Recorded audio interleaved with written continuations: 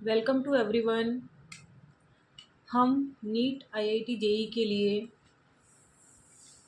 Chemistry में GOC1 start किया हुआ था। हमने इसमें reaction mechanism, electronic effect, carbocation, carbanion, free radical, जितने भी इंटरमीडिएट्स हैं उनके बारे में हम बात कर चुके थे। रिएजेंट्स के बारे में हम बात कर चुके थे। इसके अलावा किस तरह के बॉन्ड क्लीवेज होते हैं इसके बारे में हम बात कर चुके थे। इसके बाद हम इलेक्ट्रॉनिक इफ़ेक्ट थे, inductive effect, resonance, mesomeric effect, hyperconjugation. इसमें से हम सबसे फर्स्ट इफ़ेक्ट इंडक्टिव इफ़ेक्ट की बात कर रहे थे। उसमें हमने इंडक्टिव इफ़ेक्ट के बारे में क्या होता है ये चीज़ें हम पढ़ चुके थे। और उसके बाद फिर हम क्या पढ़ रहे थे, इसके कुछ एग्जाम्पल्स पढ़ रहे थे। ठीक है, तो हम एग्जाम्पल सॉल्व कर रहे थे। तो हमने कुछ एग्जाम्पल्स की प्रैक्टिस कर ली थी। उसके बाद हम आगे चलते हैं। तो हम पढ़ रहे हैं यहाँ पे इंडक्टिव इफ़ेक्ट,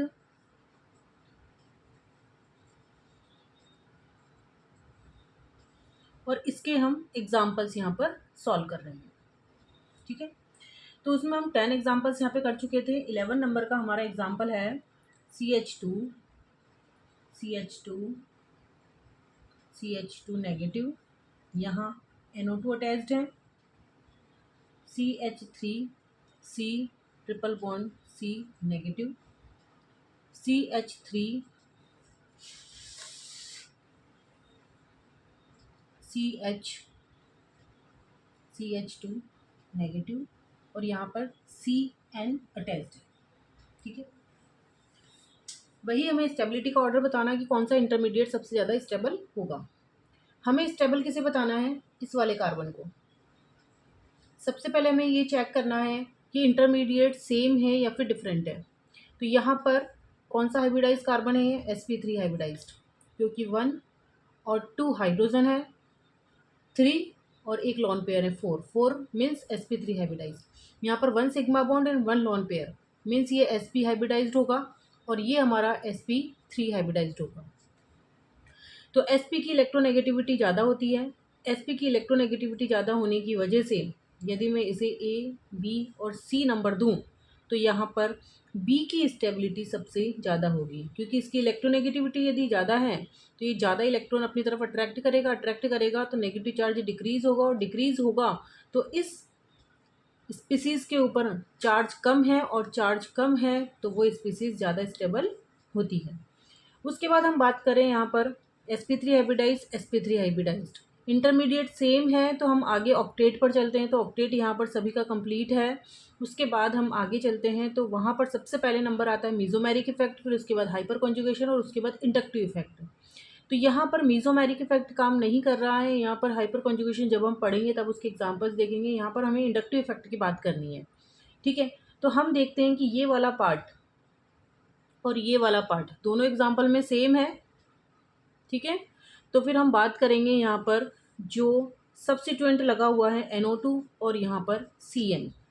ठीक है, अब यहाँ पर ये दोनों ही ग्रुप्स डिफरेंट हैं। दोनों का -I इफेक्ट जो होता है उसका ऑर्डर हमें पता होना चाहिए।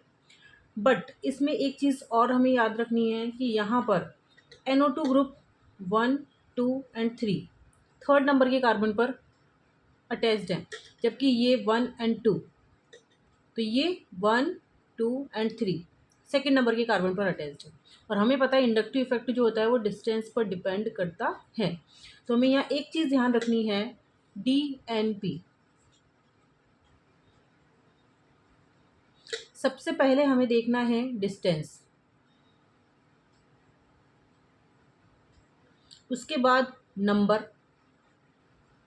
अभी और इसका मतलब समझ में आएगा, आगे हम एग्जाम्पल करेंगे। तो उसके बाद हमें पावर पे जाना है। दोनों की पावर अलग अलग है, और दोनों की पावर की बात करें तो -I इफेक्ट जो होता है वो NO2 का ज़्यादा होता है और CN का कम होता है। ठीक है, तो इससे पावर हम बाद में देखेंगे। पहले इसके पहले आता है नंबर। यदि यहाँ पर 2 लगे हुए होते और यहाँ पर 1 लगा हुआ होता तो नंबर देखते, लेकिन सबसे पहले काम क्या करता है, डिस्टेंस काम करती है। मतलब जो पास में होगा उसका इफेक्ट सबसे ज़्यादा होगा। तो ये पास में है तो ये ज़्यादा इलेक्ट्रॉन अट्रैक्ट करेगा, ज़्यादा इलेक्ट्रॉन अट्रैक्ट करेगा तो नेगेटिव चार्ज को डिक्रीज़ कर देगा, जबकि इसकी डिस्टेंस ज़्यादा होने की वजह से ये इतना नेगेटिव चार्ज को डिक्रीज़ नहीं कर पाएगा। तो चार्ज कम, स्टेबिलिटी ज़्यादा, तो उसके बाद नंबर आएगा सी का और उसके बाद नंबर आएगा ए का। तो ये हमारा ऑर्डर होगा इसके अंदर कि इनका स्टेबिलिटी ऑर्डर क्या रहा। ठीक है, उसके बाद आगे हम बात करेंगे एसिडिक स्ट्रेंथ की। तो आगे हम बात कर रहे हैं यहाँ पर एसिडिक स्ट्रेंथ की। तो सबसे पहले हमें समझना होगा कि एसिडिक स्ट्रेंथ होती क्या है। सपोज ये हमारा एसिड है, ठीक है। एसिड को यदि हम पानी के अंदर डिसॉल्व करते हैं तो इसकी क्या प्रॉपर्टी होती है, ये H+ डोनेट कर देता है वाटर को, क्योंकि वाटर के पास क्या है, इलेक्ट्रॉन डेंसिटी। तो यहाँ पर ये H+ इसको डोनेट कर देता है और ये H3O+ में कन्वर्ट हो जाता है और यहाँ पर ये A- में कन्वर्ट हो जाता है। ठीक है, तो ये हमारा एसिड कहलाता है। और चूंकि ये स्पीसीज इस स्पीसीज ने रिवर्स कंडीशन में क्या किया है, वाटर से H+ एक्सेप्ट करके यहाँ पर Ha में कन्वर्ट हो गई है। तो जो स्पीसीज H+ एक्सेप्ट करती है उसे हम क्या बोलते हैं, बेस बोलते हैं। ठीक है, जो स्पीसीज H+ डोनेट करे, ये किसने कहा था, ये कॉन्सेप्ट बताया था Bronsted Lowry, acid and base theory. उसने क्या कहा था, जो भी स्पीसीज H+ डोनेट करें उसे हम क्या बोलते हैं, एसिड, और जो स्पीसीज H+ एक्सेप्ट करें उसे हम क्या बोलते हैं, बेस। लेकिन अब यहाँ पर चूंकि एसिड से एसिड का ही केवल एक H का अंतर है और एसिड से ही बेस बना है, तो इस एसिड में से यदि एक हाइड्रोजन हम निकाल देते हैं तो जो बेस बनता है उसे हम बोलते हैं कॉन्जुगेट बेस। क्लियर है। इसी तरह से यदि मैं कोई बेस ले लूं तो बेस से यदि एसिड बनता है तो बेस का जो एसिड बनेगा वो क्या कहलाएगा, कॉन्जुगेट एसिड। ठीक है, तो हमें क्या समझना है यहाँ पर, एसिडिक स्ट्रेंथ, इसकी H+ देने की पावर कितनी ज़्यादा होगी। इसकी H+ देने की पावर कितनी ज़्यादा होगी वो डिपेंड करेगा कि इसने जब H+ डोनेट कर दिया है उसके बाद ये बना है negative charge species. Negative charge species जितनी ज़्यादा स्टेबल होगी ये रिएक्शन उतनी ही फॉरवर्ड डायरेक्शन में जाएगी, और अगर फॉरवर्ड डायरेक्शन में जाएगी तो इसका मतलब इसका एसिडिक करेक्टर ज़्यादा होंगे। ठीक है, तो एसिडिक करेक्टर हमें कैसे देखना है, उसमें से H+ आयन निकाल लो, उसके बाद नेगेटिव चार्ज बना करके हमें देखना है। उसके बाद नेगेटिव चार्ज जितना ज़्यादा स्टेबल होगा वो स्पीसीज उतनी ही ज़्यादा एसिडिक होगी। और इसके बेसिस पे हम pKa Ka हमें क्या बताता है, यहाँ पर Ka क्या है, यहाँ पर इसे हम बोलते हैं Ka, एसिड का हाइड्रोलाइसिस, और H3O+ A- divided by H2O। तो यहाँ पर जितनी ज़्यादा H- होगा, A- होगा, मीन्स इसकी स्टेबिलिटी जितनी ज़्यादा होगी, जितना ज़्यादा ये बनेगा उतना ही ज़्यादा क्या होगा, Ka, और जितना ये बनेगा उतना ही अच्छा ये एसिडिक होगा। इसका मतलब हम क्या कह सकते हैं कि एसिडिक स्ट्रेंथ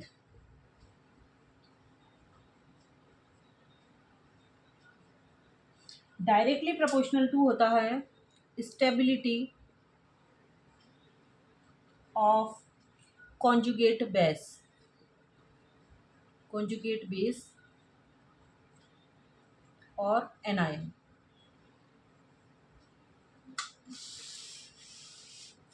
और डायरेक्टली प्रोपोर्शनल टू होगा के। यदि हमसे पूछ ले, एसिडिटी का ऑर्डर पूछ ले या के का ऑर्डर पूछ ले। और इन्वर्सली प्रोपोर्शनल टू होता है pKa। pKa क्या बताता है, एसिडिक स्ट्रेंथ को। ये भी एक मेजर करने का तरीका होता है। जैसे हम pH को किस तरह से लिखते हैं, -log कंसंट्रेशन ऑफ H+, उसी तरह से pKa को हम किस तरह से लिखेंगे, -log कंसंट्रेशन ऑफ K। तो यहाँ पर जितना Ka ज़्यादा होगा माइनस में वैल्यू बढ़ेगी, और माइनस में वैल्यू बढ़ रही है तो इसका मतलब ओवरऑल वैल्यू क्या होगी, डिक्रीज होगी। तो ये यदि इंक्रीज होता है तो ये वैल्यू डिक्रीज होती है, इसलिए ये दोनों एक दूसरे के इन्वर्सली प्रोपोर्शनल टू होते हैं। अगर हमसे pKa का ऑर्डर पूछा है तो हम क्या करेंगे, बेसिसिटी का ऑर्डर निकाल, एसिडिक स्ट्रेंथ का ऑर्डर निकाल लेंगे और उसका जस्ट रिवर्स कर देंगे तो हमारे पास pKa का ऑर्डर आ जाएगा। क्लियर है कि समझ में कि एसिडिक स्ट्रेंथ होती क्या है। ठीक है, अब इसके बाद हम कुछ एग्जांपल्स करते हैं ताकि हमारा ये क्लियर होगा कि हमें कैसे एसिडिक स्ट्रेंथ का ऑर्डर फाइंड आउट करना है।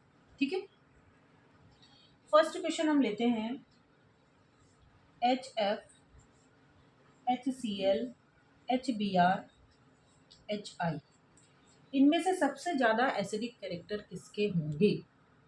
करने का तरीका क्या है, H+ को निकालो और नेगेटिव आयन स्पीसीज बनाओ और उसके बाद नेगेटिव आयन स्पीसीज की स्टेबिलिटी को चेक करो।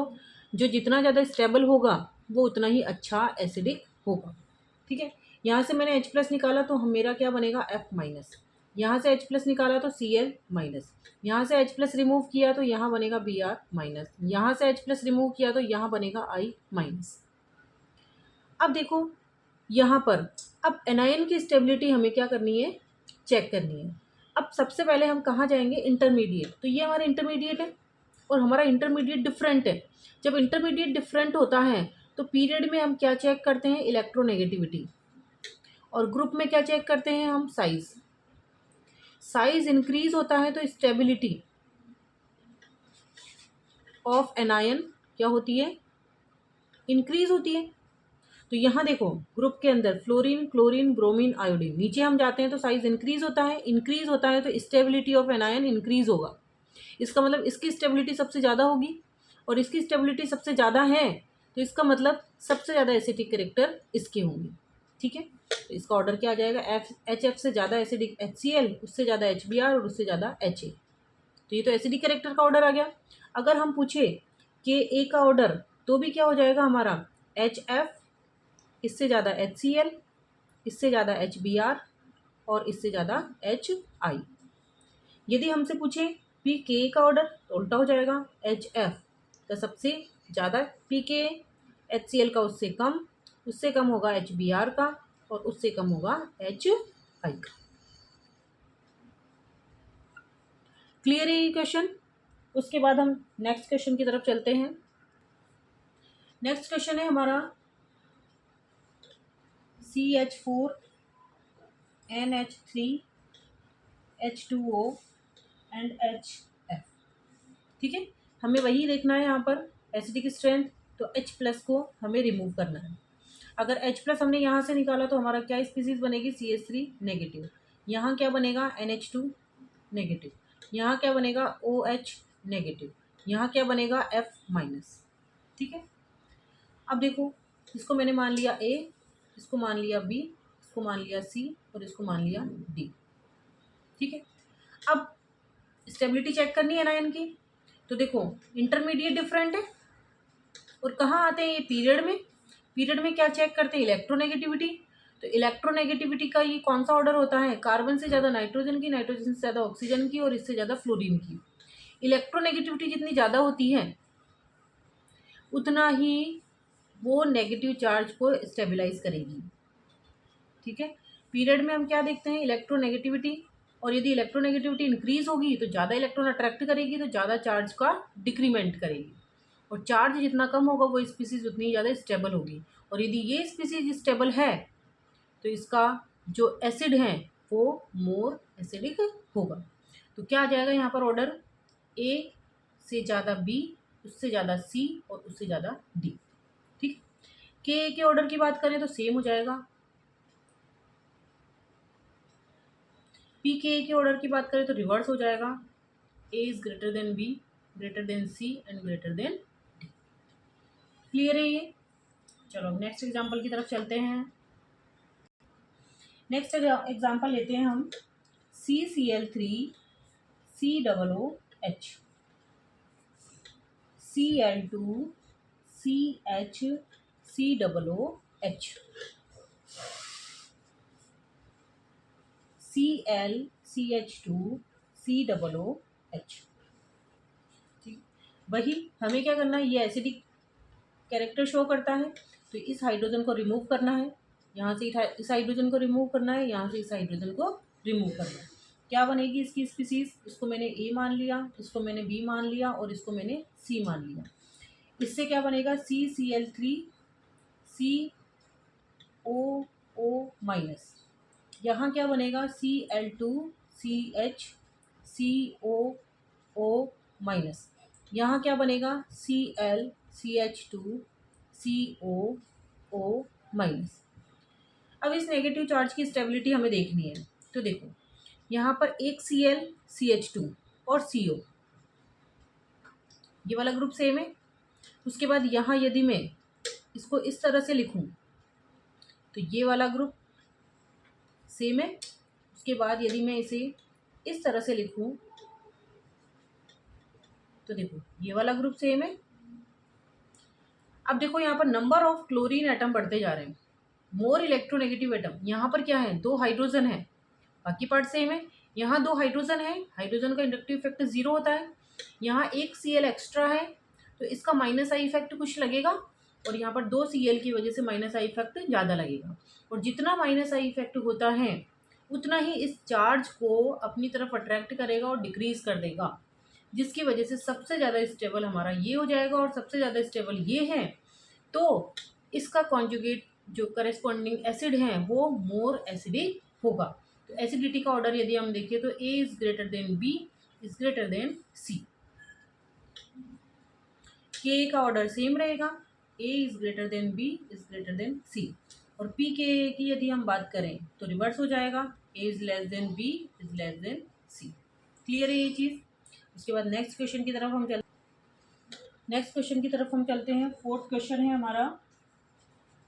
ये मैंने साइक्लोब्यूटेन लगाई हुई है और यहाँ मैंने OH और इसके अपोजिट Br। दूसरी में भी मैंने इस तरह से OH और यहाँ इसके अपोजिट में मैंने I लगा दिया। यहाँ इस रिंग के यहाँ पर OH और यहाँ मैंने कुछ भी नहीं लगाया, इसका मतलब यहाँ पर हाइड्रोजन लगा हुआ है। अब वही मुझे यहाँ से हाइड्रोजन रिमूव करना है, यहाँ से हाइड्रोजन रिमूव करना है और यहाँ से हाइड्रोजन रिमूव करना है। रिमूव करने के बाद यहाँ क्या बनेगा? नेगेटिव, नेगेटिव और नेगेटिव। इस नेगेटिव को स्टेबलाइज करने के लिए ये वाला ग्रुप तो सेम है, यहाँ पर भी सेम है और यहाँ पर भी सेम है। अब यहाँ पर Br लगा हुआ है, यहाँ पर आयोडीन लगा हुआ है और यहाँ पर हाइड्रोजन लगा हुआ है। और हमें पता है माइनस आई इफेक्ट का ऑर्डर फ्लोरीन का सबसे ज़्यादा होता है, फिर ब्रोमीन, फिर क्लोरीन का होता है, फिर ब्रोमीन का होता है और फिर आयोडीन का होता है। यदि ब्रोमीन का इफेक्ट ज़्यादा है तो ज़्यादा इलेक्ट्रॉनिक चार्ज को अपनी तरफ अट्रैक्ट करेगा और चार्ज को डिक्रीज कर देगा, और जितना चार्ज डिक्रीज होगा उसकी स्टेबिलिटी उतनी ही ज़्यादा होगी और उसका करेस्पॉन्डिंग एसिड मोर एसिडिक होगा। तो मैं इसको यदि A, B और C नाम दूँ तो यहाँ पर सबसे ज़्यादा जो एसिडिक करेक्टर होंगे वो A के होंगे, फिर B होगा और फिर C होगा। Ka सेम ऑर्डर आएगा और pKa की बात करें तो इसका ऑर्डर अपोजिट हो जाएगा। उसके बाद नेक्स्ट क्वेश्चन की तरफ चलते हैं हम। CH3 CH2 OH CH3 CH2 SH CH3 CH2 NH2। यहाँ पर भी वही काम करना है, यहाँ से एक हाइड्रोजन रिमूव किया, यहाँ से एक हाइड्रोजन रिमूव किया और यहाँ पर मैंने क्या किया? एक हाइड्रोजन रिमूव कर दिया। यहाँ ये नेगेटिव स्पीसीज बनेगी, यहाँ ये नेगेटिव स्पीसीज बनेगी और यहाँ पर ये नेगेटिव स्पीसीज बनेगी। अभी तक क्या था?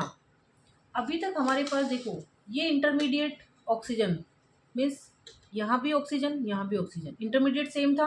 अब देखो हमारा यहाँ पर इंटरमीडिएट हमने डिफरेंट कर दिया, यहाँ ऑक्सीजन है, यहाँ सल्फर है और यहाँ पर नाइट्रोजन है। ठीक है, तो इंटरमीडिएट डिफरेंट होने से हम क्या करते हैं? पीरियड में अगर हमें जाना है तो इलेक्ट्रोनेगेटिविटी के थ्रू जाते हैं, और यदि ग्रुप में हमें जाना है तो हम साइज के थ्रू जाते हैं। तो यहाँ ऑक्सीजन, उसके नीचे सल्फर और नाइट्रोजन कहाँ आता है? इसके पहले। तो ये दोनों पीरियड में हैं और यहाँ पर ये ग्रुप में है। तो हमें पता है जब हम पीरियड में जाते हैं तो जैसे जैसे इलेक्ट्रोनेगेटिविटी इंक्रीज होती है, हमें पता है इलेक्ट्रोनेगेटिविटी इंक्रीज होती है। तो इलेक्ट्रोनेगेटिविटी यदि इंक्रीज होगी तो क्या होगा? उसके ऊपर नेगेटिव चार्ज स्टेबलाइज होगा। कैसे? इसका इलेक्ट्रोनेगेटिविटी यदि ज़्यादा है तो ज़्यादा इलेक्ट्रॉन अट्रैक्ट करेगा तो चार्ज को डिक्रीज कर देगा। इसका मतलब नाइट्रोजन से ज़्यादा स्टेबल नेगेटिव चार्ज ऑक्सीजन के ऊपर है। उसके बाद यदि हम पीरियड की बात करें तो पीरियड में हमें पता है जैसे जैसे साइज इंक्रीज होता है वैसे वैसे नेगेटिव चार्ज की स्टेबिलिटी इंक्रीज होती है, क्योंकि हम साइज का कैरेक्टर देखते हैं। तो इसका मतलब ऑक्सीजन से ज़्यादा स्टेबल होगा सल्फर, ठीक है। और सल्फर के ऊपर यदि चाइन माइनस चार्ज स्टेबल है तो यदि मैं इसको ए, इसको बी और इसको सी नाम दूँ तो यहाँ पर एसिडिटी का ऑर्डर क्या आ जाएगा, B is greater than A is greater than C. तो क्या किया हमने, यहाँ पर ऑक्सीजन, यहाँ सल्फर और यहाँ नाइट्रोजन, तीनों इंटरमीडिएट हमारे डिफरेंट है। तो हम क्या देखते हैं, इंटरमीडिएट डिफरेंट होते हैं तो पीरियड में हम इलेक्ट्रोनेगेटिविटी देखते हैं और ग्रुप के अंदर हम साइज देखते हैं। तो नाइट्रोजन से ज़्यादा इलेक्ट्रोनेगेटिविटी ऑक्सीजन की है, तो ऑक्सीजन के ऊपर ज़्यादा नेगेटिव चार्ज स्टेबलाइज होगा। और ऑक्सीजन से ज़्यादा साइज सल्फर का है क्योंकि ये ग्रुप में आता है। तो सल्फर का साइज यदि ज़्यादा है तो सल्फर के ऊपर नेगेटिव चार्ज ज़्यादा स्टेबलाइज होगा, इसलिए नाइट्रोजन वाले की स्टेबिलिटी सबसे कम होगी तो इसका एसिडिक कैरेक्टर भी सबसे कम होगा। क्लियर है ये वाली चीज़। आगे हम नेक्स्ट एग्जांपल की तरफ चलते हैं। नेक्स्ट एग्जांपल है हमारा CHF3, CHCl3, CHBr3 और CHI3। यहाँ पर भी हमें हाइड्रोजन को निकालना है। मैंने यहाँ से हाइड्रोजन को रिमूव किया तो यहाँ पर 3 फ्लोरीन, यहाँ पर रिमूव किया negative charge Cl, Cl, Cl और नेगेटिव चार्ज Br, Br और Br negative charge, iodine, iodine, iodine और negative charge.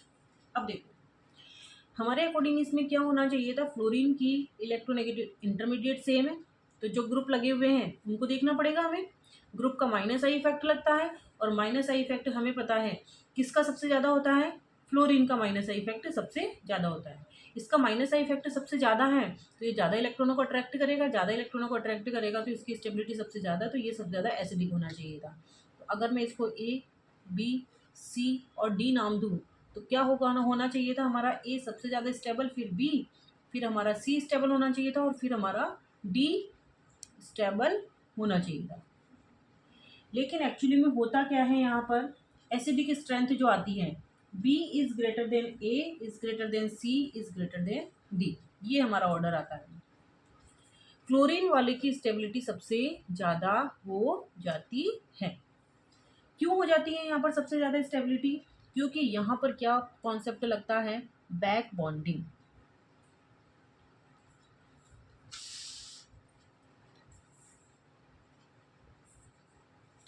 Back bonding, back bonding में क्या होता है कि यहाँ पर क्लोरीन ने अपने चार्ज इस इलेक्ट्रॉनों को अपनी तरफ अट्रैक्ट किया और उसके बाद क्लोरीन के ऊपर भी लोन पेयर प्रेजेंट है, तो ये अपने लोन पेयर भी यहाँ पर क्या करता है, डोनेट कर देता है।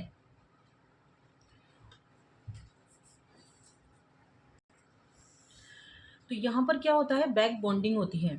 तो क्लोरीन में क्या होता है, वैकेंट डी ऑर्बिटल होते हैं, ठीक है, वैकेंट डी ऑर्बिटल होते हैं और इसका ऑर्बिटल होता है 2p ऑर्बिटल जिसके अंदर ये इलेक्ट्रॉन्स प्रेजेंट होते हैं, और यहाँ पर होता है इसका 3p ऑर्बिटल, और इसके अलावा इसके पास वैकेंट डी ऑर्बिटल भी होते हैं जिसके अंदर ये इसके नेगेटिव चार्ज को स्टेबलाइज इजीली कर पाता है। उसके बाद ब्रोमीन की बात करें तो इसके अंदर भी डी ऑर्बिटल होते हैं वैकेंट, लेकिन यहाँ पर ये 2p ऑर्बिटल के साथ 4p ऑर्बिटल आने की वजह से इतना अच्छा डोनेशन पॉसिबल नहीं है, क्योंकि ये बहुत बड़ा साइज हो जाता है और ये छोटा साइज हो जाता है। फिर हम आयोडीन की तरफ जाएं तो 5p एंड 2p, तो इतनी अच्छी ओवरलैपिंग पॉसिबल नहीं हो पाती। अब अपन फ्लोरीन की बात करें तो फ्लोरीन के अंदर चूंकि 2p ऑर्बिटल हैं जहाँ पर ये वैकेंट भी नहीं है और इसके पास डी ऑर्बिटल भी नहीं है, इसलिए इस नेगेटिव चार्ज को बैक डोनेशन से क्या कर सकता है, ये स्टेबलाइज नहीं कर पाता। इसलिए ये प्रॉपर्टी केवल हमें CHCl3 में देखने को मिलती है और उस वजह से इसकी स्टेबलाइजेशन पावर जो होती है बढ़ जाती है और इसी वजह से ये ज़्यादा एसिडिक कैरेक्टर शो करता है। क्लियर है ये वाली चीज़। उसके बाद हम चलते हैं नेक्स्ट एग्जाम्पल की तरफ। अब हम नेक्स्ट क्वेश्चन की बात करते हैं। तो 7th क्वेश्चन है हमारा,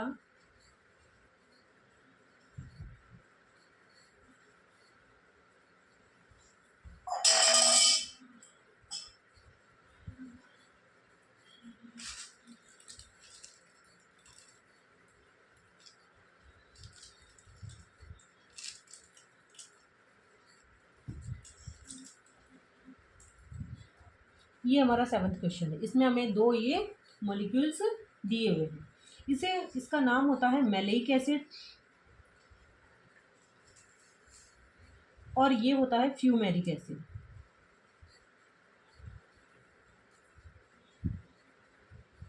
ठीक है, इन दोनों में से हमें ये बताना है कि इसमें से मोर एसिडिक कौन होगा।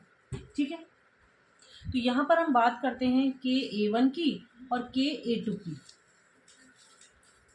ये हमने मान लिया, इसको मैंने डिनोट कर दिया M से और इसको F से। ठीक है, Ka1 का मतलब है यदि हम एक हाइड्रोजन को निकालें तब स्टेबिलिटी किसकी ज़्यादा होगी, और यदि हम 2 हाइड्रोजन को निकालें तो तब स्टेबिलिटी किसकी ज़्यादा होगी। सपोज मैंने यहाँ से एक हाइड्रोजन को निकाला। ठीक है, तो यहाँ पर जब एक हाइड्रोजन को मैं निकालती हूँ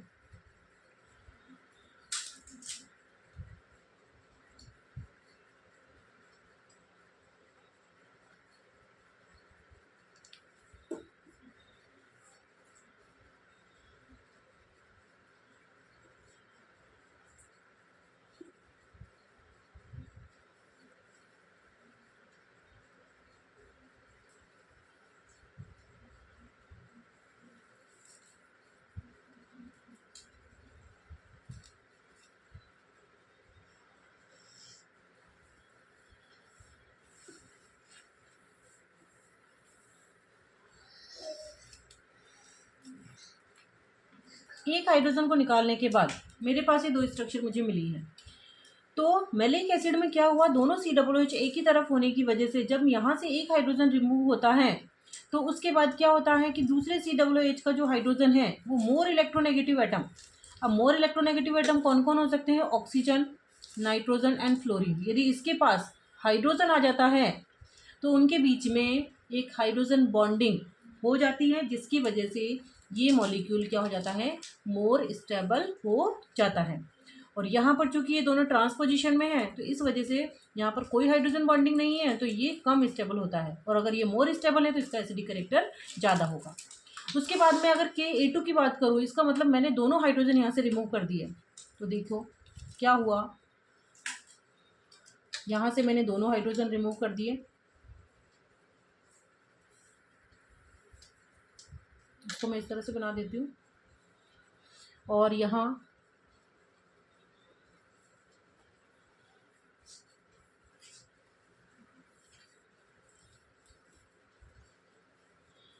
तो यहाँ देखो क्या हुआ, यहाँ पर चूंकि ये नेगेटिव नेगेटिव आयन एक दूसरे के पास आने की वजह से यहाँ पर क्या होता है, रिपल्शन होता है।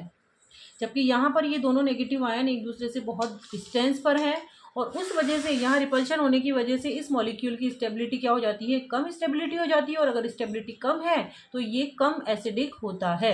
इसका मतलब यदि हम सेकेंड हाइड्रोजन निकालें तो किस में से इजीली निकलेगा, फ्यूमेरिक एसिड में से। और यदि हम फर्स्ट हाइड्रोजन निकाले तो कहाँ से पहले निकलेगा, मैलेइक एसिड से। तो अगर हम Ka1 की बात करें तो Ka1 is greater then Ka2। Ka1 किसका ज़्यादा होगा, मैलेइक एसिड का। Ka1 is greater then fumaric acid Ka1। और यदि हम Ka2 की बात करें तो मैलेइक एसिड का Ka2 is less than fumaric acid Ka2। I hope आपको ये वाला क्वेश्चन अच्छे से समझ में आया होगा। तो हमने क्या किया है, यहाँ पर जब फर्स्ट हाइड्रोजन रिमूव किया तो फर्स्ट हाइड्रोजन रिमूव होने के बाद यहाँ पर क्या हुआ, हाइड्रोजन बॉन्डिंग हो गई, क्योंकि इस ऑक्सीजन के पास क्या हो गया, यहाँ पर हाइड्रोजन। तो हाइड्रोजन बॉन्डिंग होने की वजह से मॉलिक्यूल क्या हो गया, स्टेबल हो गया। लेकिन यदि हम यहाँ पर सेकेंड हाइड्रोजन रिमूव करते हैं तो दोनों नेगेटिव चार्ज एक दूसरे के पास आने की वजह से रिपल्शन होता है, और जिसकी वजह से स्पीसीज कम स्टेबल हो जाती है। इस वजह से एक हाइड्रोजन निकालते हैं तो मैलिक एसिड की स्टेबिलिटी ज़्यादा होने की वजह से इसका एसिडिक कैरेक्टर ज़्यादा होता है। जबकि यदि हम सेकेंड हाइड्रोजन निकालें तो रिपल्शन होने की वजह से इसकी स्टेबिलिटी कम हो जाती है। इसका मतलब यहाँ से सेकेंड हाइड्रोजन इजीली रिमूव नहीं होगा। उसके बाद लास्ट एग्जाम्पल की हम आज बात कर लेते हैं, उसके बाद हमारा वीडियो हम यहीं पर एंड करते हैं। इसके बाद हम कुछ एसिड्स की बात करते हैं जो कंटिन्यूस एसिड्स होते हैं। यहाँ पर COOH डाइबेसिक एसिड्स की बात करेंगे। डाइबेसिक एसिड क्यों बोला है, क्योंकि ये 2 हाइड्रोजन रिमूव करते हैं। 2 बेसिसिटी होती है इसकी, 2 बेसिसिटी मतलब यहाँ पर 2 हाइड्रोजन यदि रिमूव कर सकते हैं तो 2 बेसिसिटी होती है। ठीक है, तो इन एसिड्स की हम बात करते हैं। तो यहाँ पर यदि मैं N की वैल्यू 0 रखूँ, 0 रखा, इसका मतलब COOH यहाँ पर COOH से डायरेक्टली अटैच्ड है। ठीक है, इसका नाम होता है ऑक्जेलिक एसिड। इसी तरह से यदि मैं यहाँ पर n की वैल्यू 1 रखूँ तो बीच में क्या आ जाएगा, CH2, तो मेरा कंपाउंड बनेगा ये। इसे हम बोलते हैं मैलेइक एसिड, मेलोनिक एसिड। ठीक है, उसके बाद यदि n की वैल्यू मैं 2 रखती हूँ तो यहाँ पर 2 हाइड्रोजन आ जाएंगे, 2 कार्बन आ जाएंगे इसके बीच में, और इसका नाम हो जाएगा सक्सिनिक एसिड।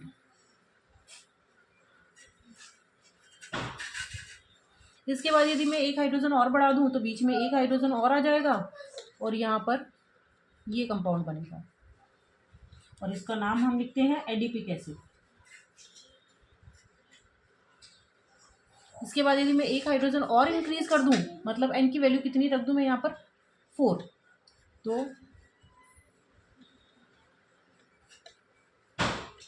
तो मेरा ये कंपाउंड बनेगा, और उसे मैं क्या बोलूँगी, पामेटिक एसिड।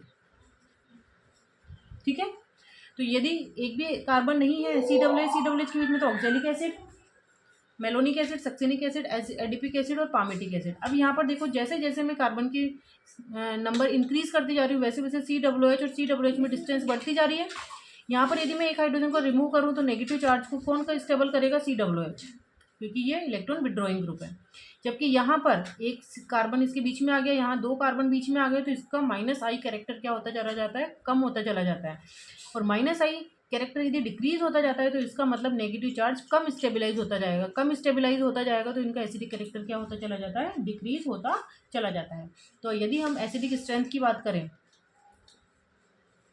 तो ऑक्जेलिक एसिड का सबसे ज़्यादा एसिडिक स्ट्रेंथ, फिर मेलोनिक एसिड का, फिर सक्सिनिक एसिड का, फिर एडिपिक एसिड का, और फिर पामेटिक एसिड का। और इसे हम कैसे लर्न करते हैं, ओम्स गैप,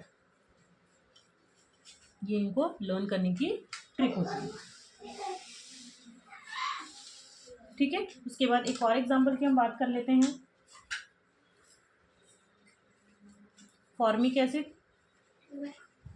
ये हम नोमेनक्लेचर में देखते हैं, एक कार्बन यदि है तो इसे हम फॉर्मिक एसिड, बेंजोइक एसिड और उसके बाद RCOOH। इन तीनों में यदि हम बात करें तो किसका एसिडिक कैरेक्टर ज़्यादा होगा, तो यहाँ पर यदि हम देखें तो A सबसे ज़्यादा एसिडिक, फिर B और फिर यहाँ पर C होगा। कैसे होगा, यहाँ से मैंने हाइड्रोजन रिमूव किया, यहाँ से मैंने हाइड्रोजन रिमूव किया और यहाँ से मैंने हाइड्रोजन रिमूव किया। ठीक है, इंटरमीडिएट सेम है। उस कंडीशन में यहाँ पर जो ग्रुप्स लगे हुए हैं उन्हें हम देखेंगे, तो यहाँ तक का पार्ट इनमें सब में सेम है, यहाँ तक का पार्ट इसमें सेम है। अब यहाँ क्या लगा हुआ, हाइड्रोजन, जिसका आई इफेक्ट क्या होता है, 0। यहाँ क्या लगा हुआ है, बेंजीन। बेंजीन का आई इफेक्ट हमें पता है कि इसकी पोजीशन कहाँ पर आती है, नीचे आती है। उसके बाद आर का इफेक्ट हमें पता है, ये कौन सा इफेक्ट शो करता है, +I इफेक्ट। इसका -I इफेक्ट है और इसका इफेक्ट क्या है, 0। ठीक है, इस कंडीशन में यदि हम देखें तो यहाँ पर -I इफेक्ट ज़्यादा होने की वजह से इसका क्या होना चाहिए था, ज़्यादा स्टेबलाइज करना चाहिए था, और ज़्यादा स्टेबलाइज यदि ये करता है तो उस कंडीशन में हम क्या बोलते हैं कि ये ज़्यादा एसिडिक होना चाहिए था। लेकिन यहाँ पर एसिडिक कौन है, फॉर्मिक एसिड। क्यों है ये ज़्यादा एसिडिक, क्योंकि यहाँ पर इक्विवेलेंट रेजोनेटिंग स्ट्रक्चर्स बनती है। और वो चीज़ हम आगे पढ़ेंगे, इक्विवेलेंट नॉन इक्विवेलेंट का मतलब क्या है, रेजोनेटिंग स्ट्रक्चर्स का मतलब क्या है। ये ऑक्सीजन जब डीलोकेलाइज होगा तो केवल ऑक्सीजन पर डीलोकेलाइज होता है, जबकि यहाँ पर ये ऑक्सीजन और कार्बन दोनों पर डीलोकेलाइज होता है। तो 2 अलग अलग एटम पर डीलोकेलाइज होने की वजह से ये नॉन इक्विवेलेंट रेजोनेटिंग स्ट्रक्चर हो जाती है, और नॉन इक्विवेलेंट रेजोनेटिंग स्ट्रक्चर्स की स्टेबिलिटी इक्विवेलेंट रेजोनेटिंग स्ट्रक्चर से कम होती है। इसी वजह से ये ज़्यादा एसिडिक कैरेक्टर शो करता है और ये कम एसिडिक कैरेक्टर शो करता है। यहाँ पर इसका +I इफेक्ट की वजह से ये सबसे कम एसिडिक कैरेक्टर शो करेगा। उसके बाद एक और एग्जांपल, लास्ट एग्जांपल हम देख लेते हैं, HCOOH एंड CH2COOH, और यहाँ पर लगा हुआ है एक Cl ग्रुप। यहाँ पर यदि हम बात करें तो यहाँ B की स्टेबिलिटी, B का एसिडिक कैरेक्टर A से ज़्यादा होगा, इसका एसिडिक कैरेक्टर। तो यहाँ पर इसको मैंने B माना है, यहाँ पर ये A माना है। तो यहाँ पर ये हाइड्रोजन रिमूव होगा, हाइड्रोजन रिमूव होगा, नेगेटिव चार्ज नेगेटिव चार्ज। अब यहाँ पर क्या लगा हुआ है, हाइड्रोजन, जबकि यहाँ पर क्या लगा हुआ है, CH2Cl। तो Cl क्या करेगा, इलेक्ट्रॉन एक्सेप्ट करेगा, इलेक्ट्रॉन अपनी तरफ अट्रैक्ट करेगा, मतलब इसका क्या इफेक्ट होगा, minus I effect. Minus I effect की वजह से ये नेगेटिव चार्ज को क्या कर देगा, स्टेबलाइज कर देगा, जिसकी वजह से ऐसी इसकी ज़्यादा स्टेबिलिटी होगी, तो इसका एसिडिक कैरेक्टर भी ज़्यादा होगा। तो हमने बात की आज इंडक्टिव इफेक्ट के कुछ एग्जांपल्स के बारे में। अब तक हम पढ़ चुके हैं रिएक्शन क्या होती है, रिएक्शन मैकेनिज्म क्या होती है,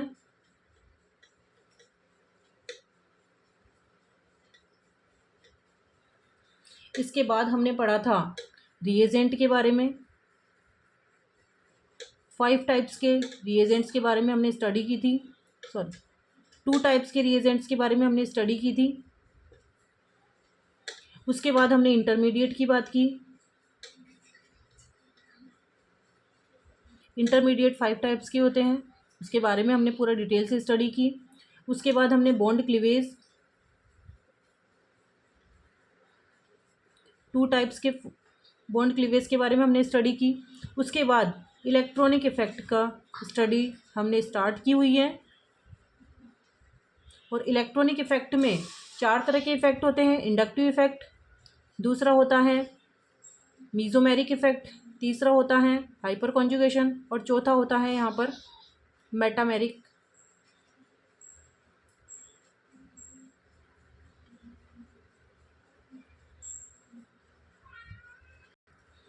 इलेक्ट्रोमेरिक इफेक्ट,